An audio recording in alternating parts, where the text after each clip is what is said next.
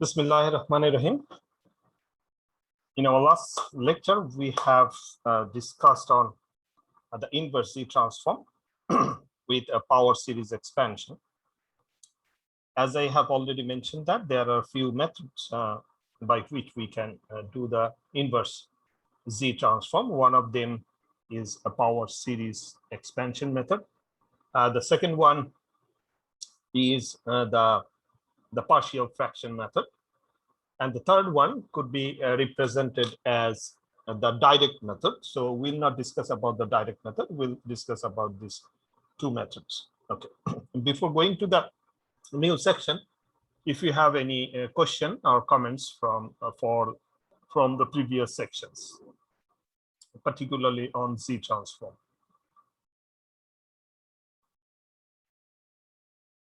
Okay, it looks everything fine. So as I have already mentioned here, for any mathematical expression of the Z transform, we may have two sort of ROC. One could be exterior of some value, and another could be the interior with respect to some value. So when that is exterior, it shows the causal signal, sorry, and that is also known as a right-sided sequence.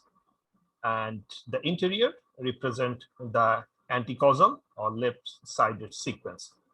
So based on that, we need to focus on the power of the Z, and we have already done it in the last class.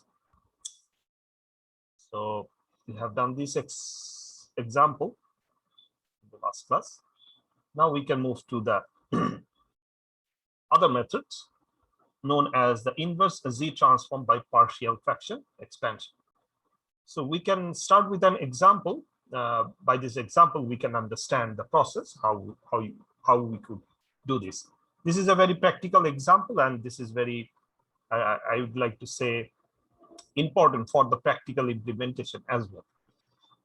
Let's Hz is given like this, where Hz is the transfer function for the system.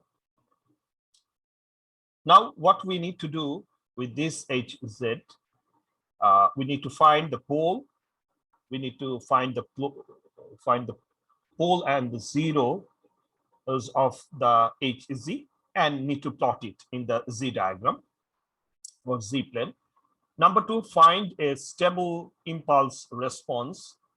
Here the point comes. Stable impulse response means we need to find the Hn. That means from Hz, we need to find Hn. How? That definitely need inverse Z transform. And in the section B, we'll introduce the partial fraction method. Okay. Number C, find a causal impulse response. We'll discuss on that whenever we'll go to number C. And there is a question: does an impulse response exist that is enough that is both stable and the causal? So first of all, we need to find a stable impulse response. We need to find a causal impulse response, and then we need to comment on the stability of the causal impulse response, whether the causal signal, number C, will be also maintain the stability of the signal. Let me start the example one by one. So if you can recall, the first question was, this is given, the Hz was given. We need to find the pole and zero, and then we need to plot it. So according to our previous experience, how to find the poles and the zeros, definitely we need to convert the polynomials equation to the as an equation of a multiplication of the different factors. So what we can do, we need to multiply it with both numerator and the denominators with Z to the power, the maximum power you have in the negative value in the given value. which is z to the power minus 2. So we are just multiplying in the both numerator and the denominator with g squared. And if we can go step by step, we can find, okay, first of all, we found this, and there is no direct factorial of this this is second order equation. So that's why we can find the pole with this equation, and you definitely know about this process, and by which you can represent that equation with a two multiplying factor in the denominator numerators and the two multiplying factor in the denominators. From here, it is very easy to understand that the pole locations are at minus 1.4 and at 0.6 plus. So from this you can find it. Similarly, you can also find that the zero location at 0 and the zero location at minus 0.25. So what is the next task? The next task is to plot it in the z-plane. So this is our z-plane. So we are plotting the poles and the zeros. As we have already found that we have the pole locations at 0.6 and minus 1.4, and the zero location at 0 and minus 0.25. Okay, that is section number A. We have done it. Now for section number B, it was asked that for HZ, from HZ, we need to find HN so that it will be stable. So we need to find the impulse response HN so that it will be a stable one. Okay. Okay. Stable means what? Stable means the ROC should contain or include the unit circle. That is our focus. So the ROC is given here in that way. So it's written that the impulse HN should be stable. That shows that the ROC includes the unit circle. That is the hint. So now what we need to do, we need to do the inverse Z transform. So we have already this equation, we have also developed that. Otherwise, you can also start from the beginning. And from this equation, what we have done, we are just again multiplied in the numerator and the denominator with z to the power, the maximum negative power. And we can represent our equation like this. And if you can recall, the denominators, they are known to us. The format is known to us because we already know about this. If we have hz is equals to 1 divided by 1 minus let's say alpha z to the power minus 1, then we can write that our hn is equals to alpha to the power n un, because we have done that. So this format is known to us. If you compare with this notation, these denominators, the format of the denominators is known to us. So that's why what we want to do, we want to take this as it is and putting some summation function, and afterwards we are putting this denominators part as it is because they are in a format. And if there are some constant value a or b, for example, if we have hz is equals to a divided by 1 minus alpha z to the power minus 1, then the hn is equals to what? Alpha to the power n un, and this constant a value will be multiplied over there. So it's very simple because a is a constant. Since this is a linear time invariant system transformation, so you can multiply it with the constant. So what is our target? Our target is to find the value of A and B, and that's enough. After finding the value of A and B, we can write it very easily. What would be the expression for Hn? The expression for this one plus the expression from this one. So our target is to find the value of A and B. And you know better than me how to find the value of A and B by using the partial fraction method. So the method is given here. You can go through this and you will find it very simple. And if you have any problem to understand the process, just go through the basic partial fraction methods for understanding. And in end of the calculation, we found the value A is equals to this and B is equals to this. Okay. So now we have the final expression for Hz. We are just manipulating this Hz in such a way so that we can use the table. Use the table means we already know about this function. If Hn is equals to alpha to the power n un, then we already know that the Hz is equals to 1 divided 1 minus alpha to the power alpha z to the power minus 1. So this is called the lookup table. So you already have some experience. You can take that experience to solve your another problem. So that is called lookup table process. So by keeping this example in our mind, we can find the result for Hn for the first function. What we can write, of course, there is a value we can write in this way. Let's say, what is the pole for this first function? Let's give this value as A. For the A function, where is the pole? Where is the pole? It is of course at the location of minus 1.4. Minus 1.4. We have already know that. So let me draw it. Let's say this is minus 1.4.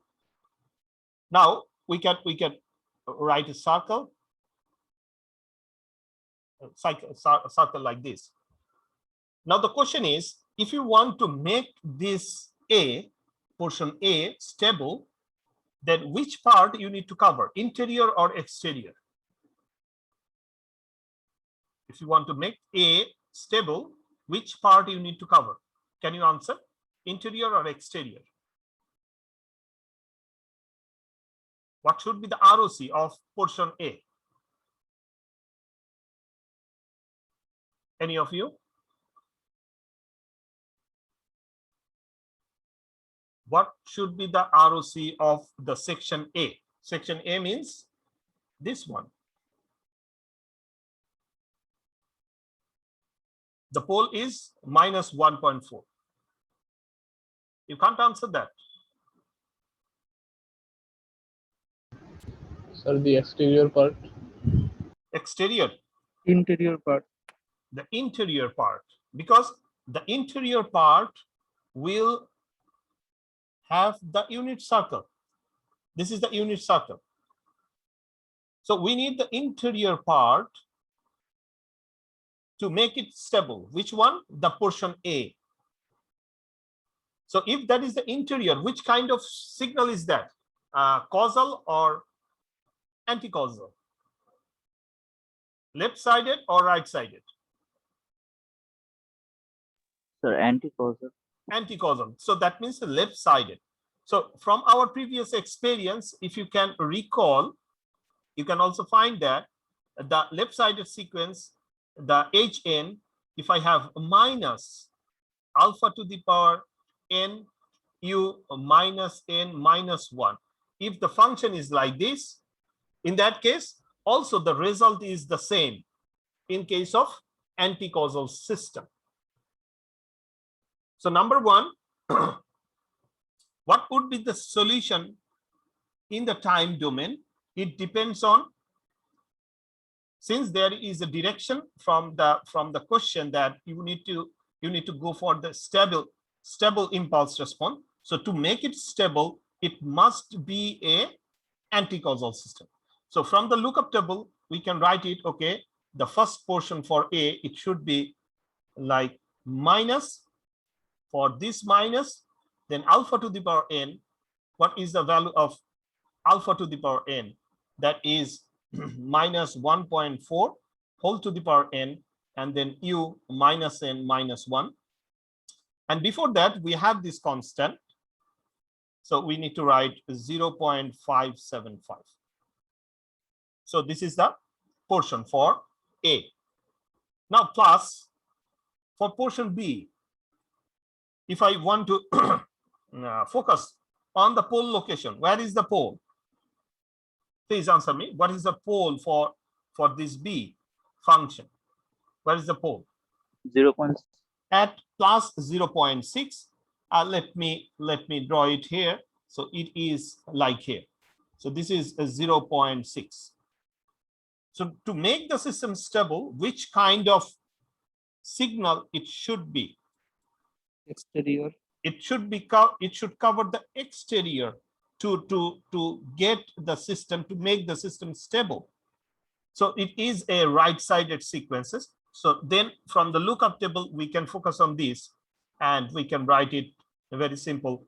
Alpha to the power n, that means 0.6 whole to the power n un, and the constant at the beginning 0.425. So this is our Hn, what I have written here already. So for which case, for making the system stable, we have done the inverse Z transform, considering the system stability. It makes the system stable, and it also makes the system stable. So combinedly, this makes the total system stable. Okay. Now the third question, number C, was looking for find the impulse response. Find the impulse response for the causal system. Causal system. If that is a causal, then what we'll actually have, that is a right-sided sequences. It is not actually mentioning the stability of the system. So if we draw the pole zero location, we can find it. This is at 0.6, and this is at minus 1.4. So this is a circle. Let's say this is another circle, and we have the unit circle in between somewhere else. Now, if we talk about the causal Hn, so we can write alpha to the power n un plus alpha to the power n un, because those are the causal right-sided sequences from the lookup table. Of course, there should be the constant. This is 4. Okay, there should be the constant before that. So this is the causal impulse response. And what is the ROC of this? The ROC of this basically exterior of 0.6 and exterior of minus 1.4. So what is the ROC? Can anyone mention what is the ROC of this Hn, the causal system? What is the combined ROC of Hn for a causal system? In case of Greater than 1.4. Exactly, thank you. So that means Z or Z, it should be greater than 1.4 is the combined ROC. This is for what? This is for the causal system. Now the fourth question was, can you design a causal and stable system with this Hn? Do you have both the causal and the stable system? Yes, thank you for the answer. Of course, that is not possible. If you want to make it causal, that will not include the unit circle, and that's why that is not stable. So to make the system stable and both causal, you must follow both right-sided and left-sided sequences for two segments. Okay, so that is a very interesting example by which we can understand a bit of designing process and understanding of the stability of the system in particular. Yes, at this moment, if you have any question.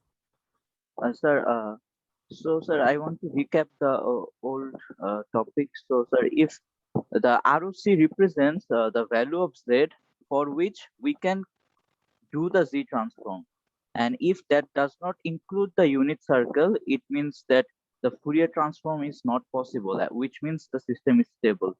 Am I correct, sir? Yes, if that ROC includes the final ROC of your Z transform includes the unit circle, don't think about the Fourier transform at this moment. Think about the stability. Yes, you have the stability, or your function is stable, or your filter is stable. Yes, you are right. Okay, sir. Thank you. Okay. Okay, sometimes what happens, I have, okay, to be very specific to your answer, just a bit more explanatory. If I have, let's say, Hn, there are two functions, An and plus Bn. We have two functions. And you have done the Hz is equals to the Az plus Bz, where this gives the ROC, as I have already mentioned, that let's say the ROC is like this. And for the B function, the ROC is the exterior. You have actually done your Z transform. You have done the Z transform in a way that the mathematical expression is there, the ROC is there, everything is there. Still, it doesn't have any common solution in the ROC plane. It shows that you do not have any Z transform value. You have actually transformed it, but you do not have any actual value for the ROC, combined ROC. And since it also represents that for a fact, whether the unit circle is there or the unit circle is outside, whatever the case, or unit circle is inside, in all three cases, since you do not have the Z transform, combined Z transform, there is no question about the stability. There is no question about the stability. And of course, you know that if there is no common ROC, you can't say about, you can't make any comment about the stability of the total function. Okay, so sir, yes. If there is no common ROC, then it is unstable, or we do not know about it. We do not actually solve it. That is the thing. So the Z transform actually can't solve that. You can say that this is a stable or unstable. For example, again, from my previous drawing, let me give, this is the unit circle. For the causal system, if that is includes, let's say this one, this is the unit circle. Let me say 1, and for a system, let's say we got a pole over there, and the interior, if that is only the interior, it will so anti-causal system, then the system will be stable. But for another function, so we have the exterior, the causal system, the exterior is there. So for one function, you have the ROC, or the unit circle is covered. For the other function, you don't have. So do you want to make any comment on the stability? The thing is no, because in that case, we don't have the Z transform first in the first place. So in the first place, you need to do the Z transform, but from the ROC plane, also from the Z plane distribution, you can understand what could make the system stable? You can make a comments on that. That means the second system, if that is also a left-sided sequence, in that case, it can also include the unit circle and the system will be stable. So you can make some comments on that. That is very true, even though you don't have the Z transform. But first of all, we need to have the Z transform, and afterwards we can make a comments on the stability. Okay, is that clear? Yes, sir. Okay, thank you. Okay. Now, this is a very interesting topic to me, and that is from the Z transform to magnitude and the phase plot. So how can we plot the magnitude response with respect to the frequency, and the phase distribution with respect to frequency? What I'm asking about in the frequency domain representation, in the x-axis we'll have y, and y-axis we have the magnitude of h omega previously, and now we can write hz, the magnitude of that, instead of this, because we are making the transformation. However, both actually carrying the same value, the magnitude response of the Z transform. In the both cases, our main target is to draw it from the minus pi to plus pi. But as you know that there is no negative pi concept in case of Z transform. We use the omega is equals to 0 to pi and pi to twice pi. So this is pi by 2 and this is thrice pi by 2. So what we want to plot here, the same thing, but starting to 0, then pi, let's say this is a pi by 2, and then this is pi, then this is 3 pi by 2 and twice pi. So if we can draw the things for up to the pi, then we can also know that it will make the replica of for the pi to twice pi as well. Okay, we have all this experience. So this is called the magnitude plot. Now the question is, how can we draw the magnitude plot from the Z plane pole 0 location? Okay, so that is the topic. Okay, so in general, let's start with a common example. We have our Hn is equals to a to the power n un. Since that is a very known function to us, we can convert it to the Z domain very easily. And from there, we can write in this format. So try to understand it. Let me make it bigger. From this graphical representation, let's say this point, you are at this point. At this point, you want to find the magnitude value. What are the informations this point gives? This point gives two information. One is what is the value of omega. So you can find the value of omega. Let's say omega is equals to omega 1. So in the frequency domain, this is 0. This is let's say pi by 2, and this is pi. We are at between 0 to pi by 2. So where is the location? This is, let's say this is exactly middle of that. So this is omega 1. So we have found the omega 1, the frequency value. Now we need to find what is the amplitude over there. To find the amplitude over there, this is a formula. Formula is that we need to find the magnitude of the 0 locations, magnitude of the 0 location, or the distance of the 0 location from this point, which is, where is the 0 location? This is the 0 location. And what is the distance? The green line. I'm just making the arrow of the green line. This is the distance. Okay, so the distance is what? This is Z. I'm representing as Z1 is equals to Z. Okay, so take it like a Z. And in the denominators, we have the magnitude of this, the pole, the distance of the pole with respect to the location you are targeting. So this is your location and this is the distance. The blue line shows that.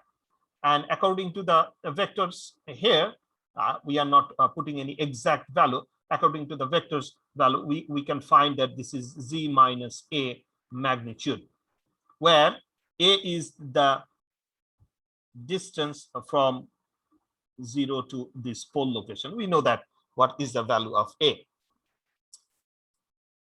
So this is very simple. I'll give a more example. So how we can got the magnitude of Hz for a particular location, where the location is omega 1. What is the magnitude? The distance from 0 to the location you are targeting, that is Z, and the distance from the pole to that value you are targeting. And for our case, that is Z minus A. Okay, you got the value for which one? From 0, this is omega 1, and this is pi by 2. So at omega 1, let's say you got some value. Okay, what is the value? Let me guess something. Let's say 1.5, and this is let's say 1.2. So you can divide that and you can find the value. It is little bit more than 1. Let's say this is 1 scale. It is little bit more than 1. Now, if you move to this location, so that means I am moving towards at this location, what would be the value? Of course, there will be two vectors we have found. So from the 0, what is the distance and the distance from the pole? So from this graphical representation, you can find that the distance from the 0 is again 1.5, and maybe for some reason the distance from the pole is again, let's say 1.2. If that is so, at the location of pi, we have the same value. However, if you are moving towards to the location of pi, what we will find, the distance from 0 to pi, 0 to that location where omega is equals to pi, is still 1.5. But what is the distance from the pole location to that value? What is the distance? It is definitely more than 1.5, and that is, let's say this is 2. Let me guess that. And of course, this value will be lower than 1 value. So that means this is a continuous process, and you will find some decaying value afterwards. Okay, so according to this formula, if you have multiple poles and the zeros, you can find it very easily. However, always we are looking for the stable system and the causal system. Most of the cases in the causal system, as you can understand, the causal system, the poles should be inside the unit circle or outside the unit circle for stable and causal system. For stable and the causal system, if you have multiple poles, all the poles should be inside or outside the unit circle. Out inside. Of course, inside the unit circle, because if this is the pole, always the causal system grab the exterior. So the unit circles should be outside that pole region. So if you have multiple poles, let me just put the unit circle like this, and I'm now putting some poles. If I have this pole, this pole, this pole, there are 3 poles are there. So now if I ask you whether the system is stable for the causal system, the answer is very straightforward. Yes, this system is stable. If I have a pole outside the unit circle for the causal system, you can say that the combinedly the system is unstable. So you don't have any stable system for the causal. Okay, so you need to understand this. Okay, if you have any question or any doubt, I can repeat it for several times, because those are the fundamentals. We can probably learn many things on the filter design, many things in the upper classes, in the masters or PhD, but if you don't have these fundamental things very clear, it will not help you in the higher class or understanding. Okay, so what I have already mentioned, this is mentioned here. Okay, I'll talk about the poles, the phase a little bit later on. Okay, so the process to find the phase response. So first we talk about the magnitude response. Now, for the filter design, for understanding the filter design, we always target the unit circle. And I have given one example here.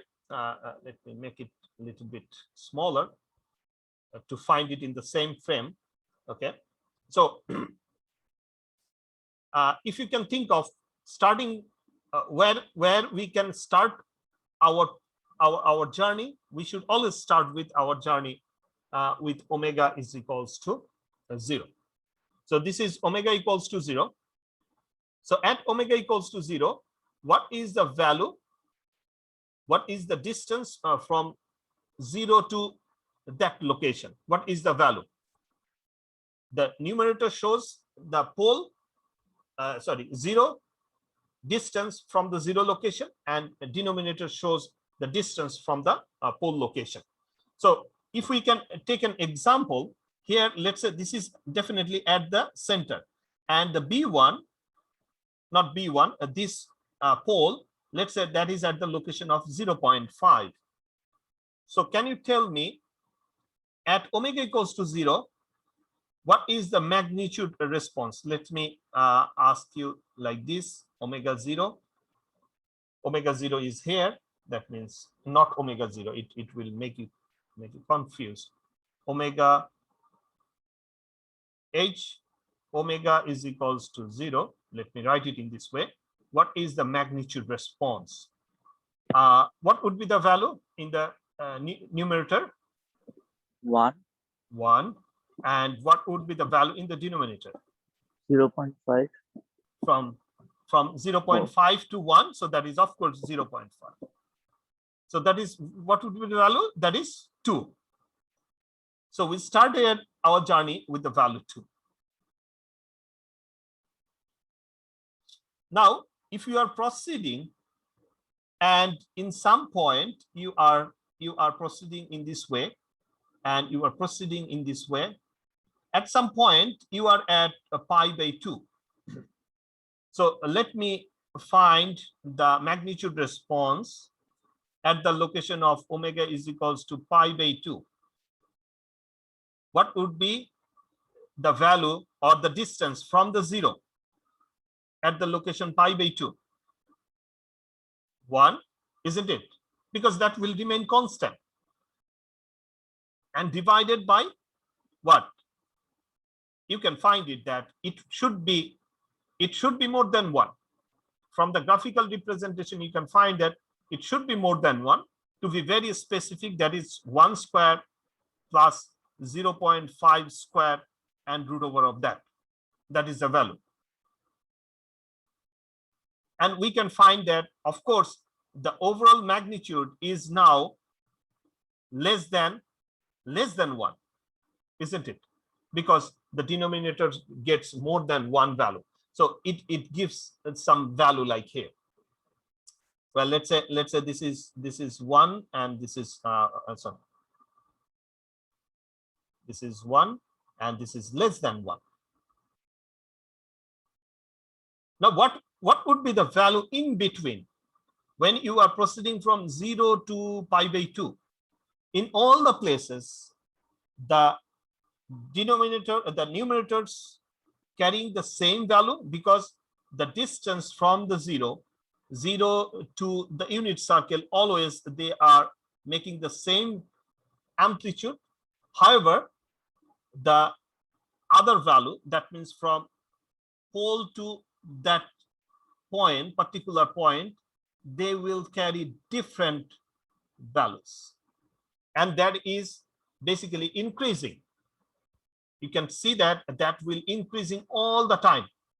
If that is increasing all the time, let's give it like B1 is a function of omega. The upper one is not a function of omega because it remain constant. The lower one is a function of omega, and all the time that is increasing.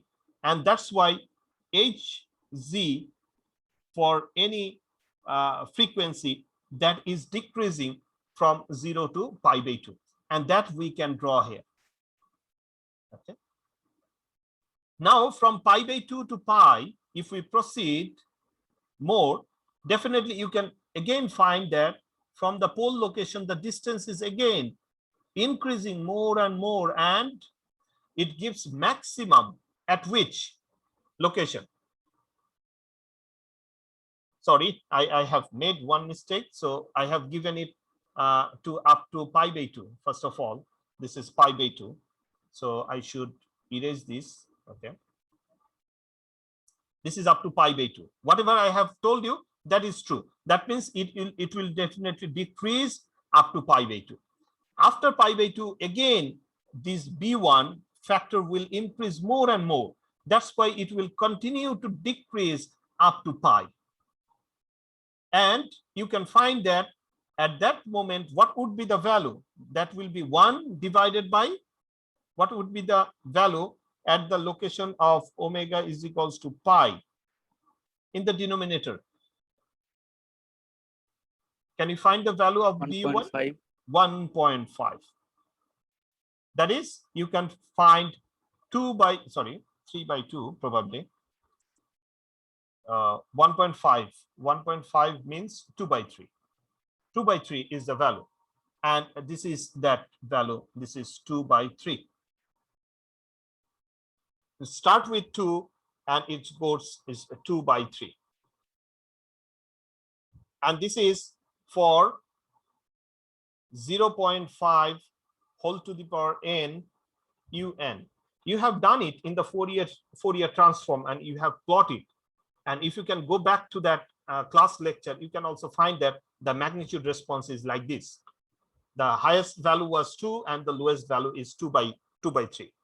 The first class for the Fourier transform, discrete time Fourier transform. You can go there and you can justify this result over there.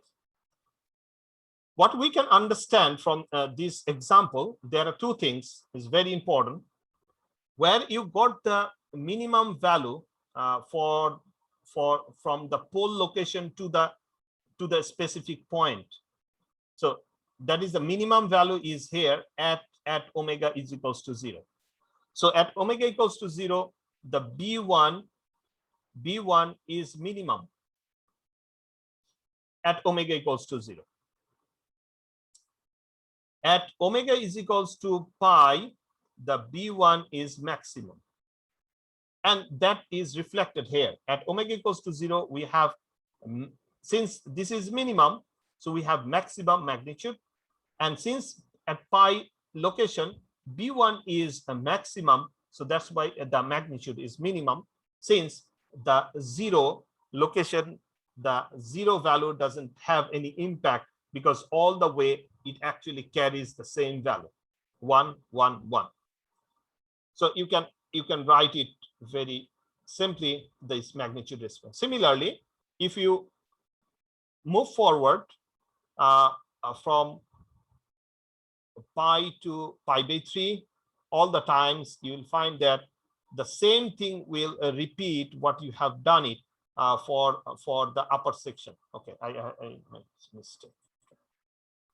It will give the same kind of structure what you have done for the previous portion. It actually gives the replica of that. So no need to calculate from the pi to twice pi because it will carry the same thing. So you can write it like this. It's very simple. So it's very interesting to draw the magnitude response from the pole zero locations of the Z-plane. So in a nutshell, if you have a multiple poles and the multiple zeros, what we should do, we should gather the length of the zeros and multiplied with another. If you have two zeros, then you need to gather those values. Let's say one value, one distance is 0.5 and another distance is 0.9. So you need to multiply those. Similarly, for the poles, if one distance is 1.5 and another distance is 0.5, you need to multiply those things for a particular value of the omega, and then you will find the magnitude response. Okay, there is one example here. So now during the face-to-face class, what I supposed to give, I supposed to give this task to everyone to draw the magnitude response. However, in this case, it's difficult to give you the task, but we can draw it here, with some explanation.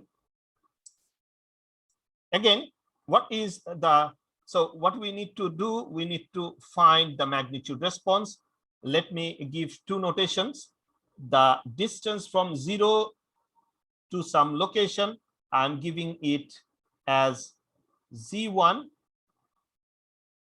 There are three factors.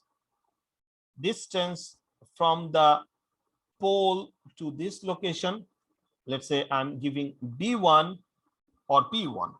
That would be P1, and another pole to this one, this is P2. So what would be the magnitude response? That is Z1 divided by P1 multiplied with P2. That is the value for any particular one. So let me draw it. Let me draw the magnitude response from 0 to pi by 2 to pi. That is enough. So after pi, you can proceed the same thing again. Okay. So, okay, for any reason, we are trying to find the maximum and minima value. Let me ask you one question. Is there any impact of Z1 to your equation for any particular value of omega? No, sir. No. So for any value of omega, always we got Z1 is equals to 1. So that's why we are just making it constant 1 divided by P1 into P2. That's very logical. And now try to understand the changes of P1. So just I am considering the value of P1 for different positions. So this is for omega 0. Omega is increasing, omega is increasing, omega is increasing, and omega is increasing like this. Omega is increasing. The last one could be like here. You understand the process. Okay. So you can find the profile of that. Let me make it a little bit larger. So you can find the so that will not help us. Okay, you can find the profile of P1, and you can find it very closely if you look at this location where this was the pole location. At this location, let's say this is omega 1, which is in between 0 to pi by 2, you have the smallest P1 value. That is the smallest P1 value at that location. Is it fine for you? For all the cases what I have mentioned earlier, you also have P2. This is the P2. This is the profile of P2, and P2 will increase. P2 is increasing. and you can understand how the P2 will react. In all the cases, you'll find that, okay, P2 at the very beginning, that was very small. It goes high and higher, something like that. But who is the deciding factor here? The deciding factor are twos, P1 and P2. However, whenever the P1 is minimum, at that point, of course, this whole term will be minimum. That is the minimum value. And at that location, you have minimum magnitude. So let me draw that point where this is omega 1. And you are getting the minimum magnitude here. Whatever the value, you can put the values yourself and you will get the minimum point over there. Let me put a minimum value over there. Okay. On the other case, where you will get the maximum value, can anyone tell me the P1, where the P1 is maximum? Let me put it there again. This is the pole. From the pole, where you got the maximum value for P1? What is the value of omega? Sir, pi. At the location of pi. Excellent. At the location of pi, you can see this is the distance. Let me choose yellow color, something like this. So this is the maximum value. And you can also observe that the P2 is also maximum at that point. So that means this is maximum.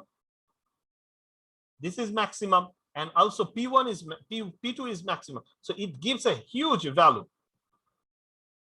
Sir, isn't P2 maximum at pi by 2? I made the mistake. Yeah. Sorry. P2. P2 is maximum at pi by 2. Okay. Yeah. It might happen. Yes. You need to check it. Yes. P2 is maximum. But the combination of P1 and the P2, they are very healthy. If I talk about from 0 to pi. Okay. Yes. I acknowledge that. They are not the maximum, they are the healthy. Okay, you have both P1 is very healthy and P2 is very healthy. That's why it got a very higher value. So it gives very lower value in that case. So at the location of pi. So I made a mistake at the location of omega 1. Probably you can find if P1 is very low at the location of omega 1. So the denominators gives very lower value. What should be the magnitude then? What should be the magnitude then at the location of omega 1?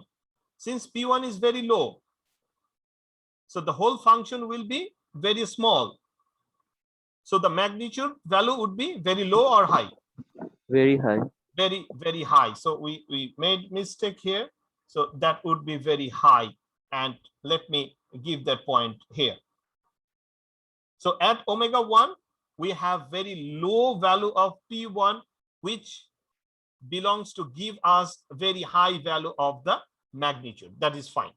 And again, for omega is equals to pi, both you can find that at omega equals to pi, you have two healthy P1 and P2 at that point. They are very healthy. And you will find that this value, the denominators gives a very high value, and that's why you got minimum value at this location. What about at omega equals to 0? At omega equals to 0, you'll find that both P1 and P2 are very small. Not the smallest, but the combination is very small. So that's why the combination of these will give very low value. So if that is a low value, that gives a high value, but not high with comparing to the omega 1. So it might start with this value. It's very healthy value, but not exactly like the location of omega 1. So if I complete it, so maybe we'll got this kind of, I made another mistake here. Okay, sorry for this again. This is we were talking about which point at the location of pi. Okay, So the minimum value, because at that location the P1 and P2 is maximum. So this is omega 1, and currently definitely it will decaying like this. And if I extend it to the location of twice pi, where this is the location of P2, if you can write in this way, this is the frequency omega 2, for example. So, and this is omega 2, there will get another maxima,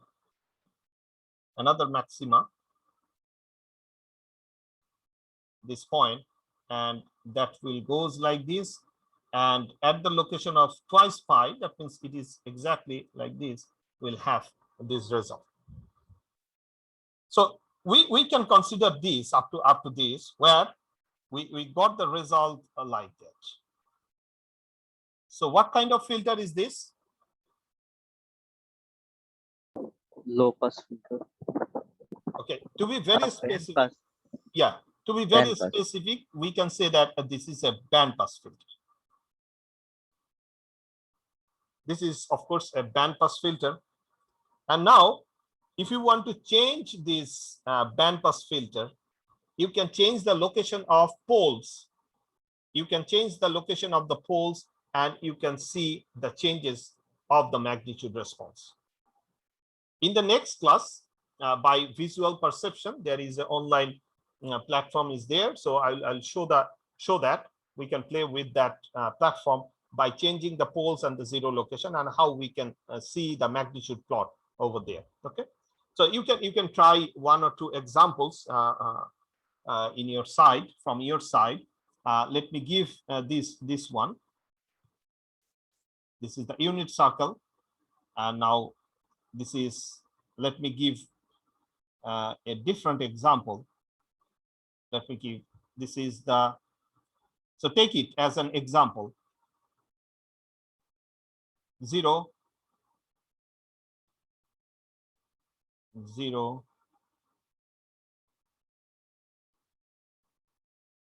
you have the pole and have the pole.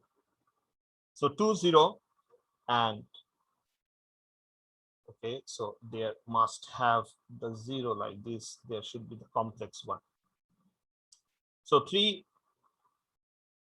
zeros and 2 poles, and definitely you have another poles if you can put another poles at the center, but no need to consider at this moment. So let me draw it like this. So take it as your homework. So whenever you will publish or send me your handwritten documents, so please also draw the magnitude response for this z-plane representation. Okay. Okay. So I believe there is enough for today's class.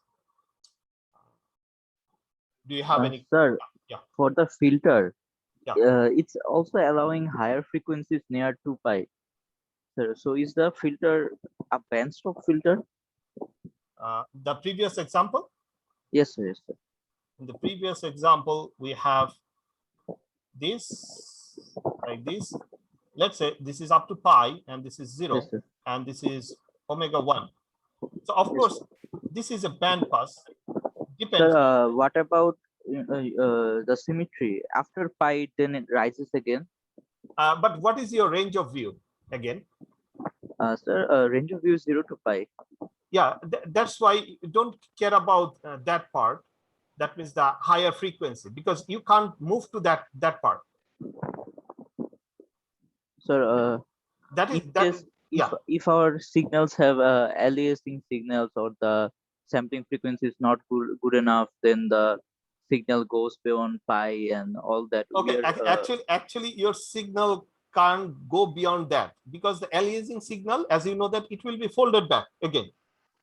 Oh, yes. Yes. So that's why there is no question about that. So when considering filter and things like that, we are never going to consider beyond pi, because that's the range we do for aliasing signals, so that we can fold them back and then calculate.